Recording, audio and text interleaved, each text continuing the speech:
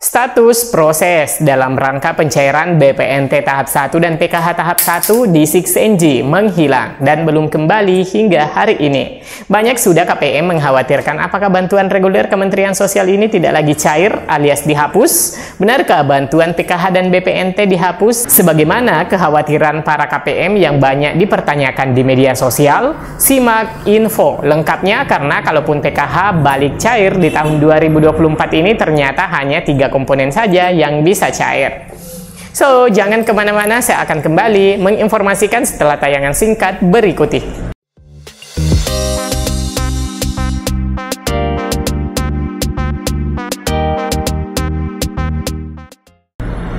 Assalamualaikum warahmatullahi wabarakatuh. Apa kabar semua teman-teman? Semoga dalam keadaan sehat di penghujung bulan Januari tahun 2024. Dari penelusuran media sosial, gonjang-ganjing status PKH dan BPNT tahap 1 ditutup. Setelah sebelumnya pernah muncul kedua bantuan ini di 6NG. Namun dari pengecekan secara aktual hingga hari ini, ternyata memang hal tersebut menghilang. Nah, kira-kira pertanda apakah ini? Nah, baik, kita akan bahas sesuai dengan fakta yang ada. Berdasarkan informasi laman resmi Republik Indonesia, Portal Informasi Indonesia menginformasikan bahwa di 2024, pemerintah tetap berkomitmen memberikan bantuan sosial atau bansos. Pemberian bansos untuk masyarakat kurang mampu dilakukan sebagai upaya pengentasan kemiskinan. Tujuan pemberian bansos untuk memenuhi kebutuhan hidup dan meningkatkan kualitas hidup masyarakat. Sesuai dengan janji pemerintah, beberapa bansos akan cair di tahun 2024 untuk keluarga penerima manfaat atau KPM.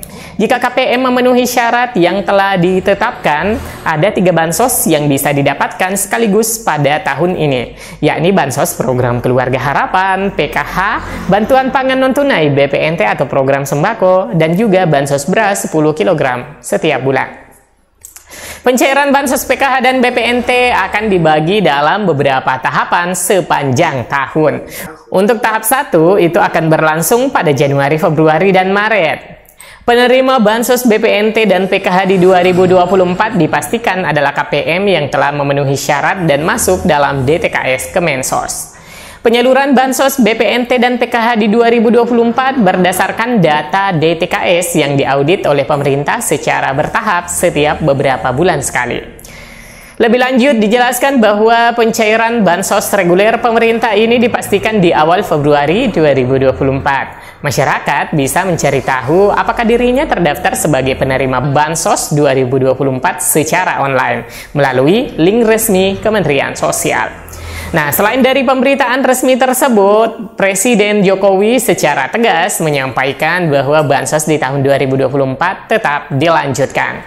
Komitmen pemerintah untuk melanjutkan penyaluran bantuan sosial kepada masyarakat miskin di Indonesia pada awal tahun 2024 ini terbukti dalam buku Himpunan Rencana Kerja dan Anggaran Kementerian Negara atau Lembaga RKAL tahun anggaran 2024. Mengenai bantuan sosial, perlu saya ingatkan harus terus diteruskan dan juga dipantau agar tepat sasaran, baik yang berupa bantuan bansos pangan, baik yang berupa bantuan PKH, baik yang berupa BLT, semuanya harus dipastikan tepat sasaran. Presiden Joko Widodo atau Jokowi menegaskan bantuan sosial harus tetap diteruskan. Jokowi juga meminta agar penyaluran semua bansos baik berupa bantuan pangan maupun bantuan langsung tunai BLT dipastikan tepat sasaran.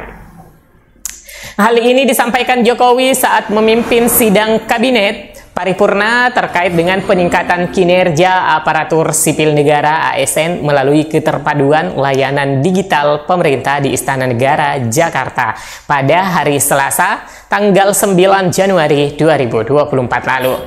Nah, rapat ini dihadiri hampir semua Menteri Kabinet Indonesia Maju. Jadi, adanya isu yang beredar bahwa bantuan PKH BPNT dihapus tidak berdasar ya teman-teman, apalagi hanya berpatokan pada status 6NG hingga saat ini baik PKH dan BPNT itu menghilang.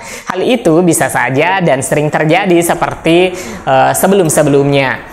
Hal ini bisa terjadi karena update pada sistem pada aplikasi 6NG, penerima bantuan bisa saja mengalami update di setiap tahapnya. Ada yang tidak lagi menerima atau ada yang masuk sebagai penerima bansos baru. Namun, perlu diketahui bahwa khususnya bantuan PKH ini di tahun 2024 akan disalurkan kepada penerima bantuan. Akan tetapi, dalam penyalurannya sendiri, pemerintah melalui Kemensos akan selektif terhadap penerima manfaat. Dalam bantuan pemerintah melalui bantuan PKH ini ada 3 komponen yang akan mendapatkan bantuan tersebut. Akan tetapi jika tidak masuk dalam komponen tersebut akan terhapus dari bantuan PKH.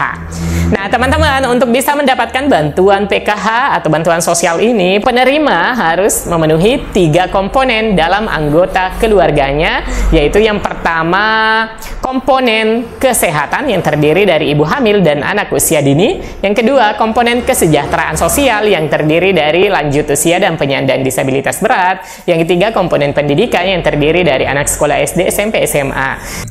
Bagi penerima manfaat PKH, jika nantinya sudah meningkat perekonomiannya, maka penerima manfaat akan dihapus sebagai penerima bantuan. Selain itu, juga bagi para penerima bantuan PKH harus mengikuti sejumlah peraturan yang telah ditetapkan oleh Kemensos, diantaranya menghadiri pertemuan kelompok setiap bulan, mengikuti kegiatan posyandu, dan mengumpulkan administrasi anak sekolah.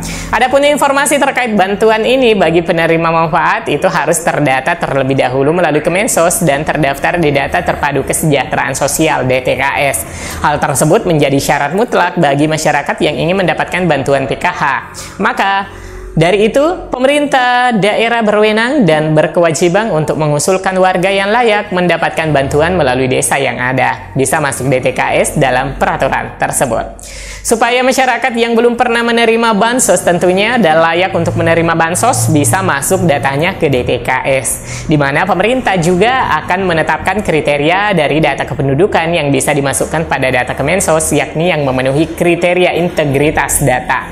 Hal ini dikarenakan agar masyarakat yang belum pernah menerima bansos dan layak menerima bansos bisa dimasukkan namanya ke dalam DTKS.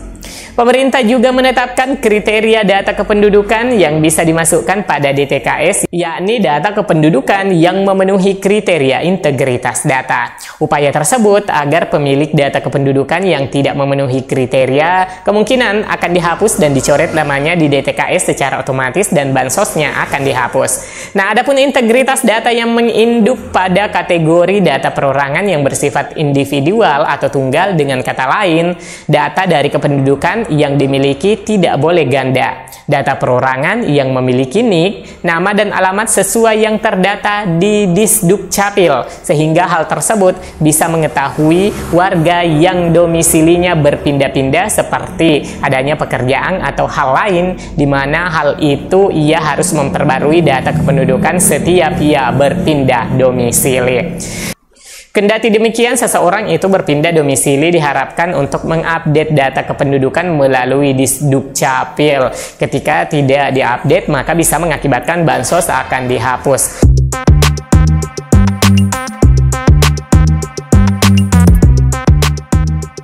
Nah, mungkin seperti itu ya teman-teman. Jadi saya berharap teman-teman tidak termakan isu liar yang tidak berdasar. Jika ada permasalahan ataupun pertanyaan bisa ditanyakan langsung ke pendamping sosialnya masing-masing. Semoga berita ini bermanfaat. Sampai jumpa di video selanjutnya. Wassalamualaikum warahmatullahi wabarakatuh.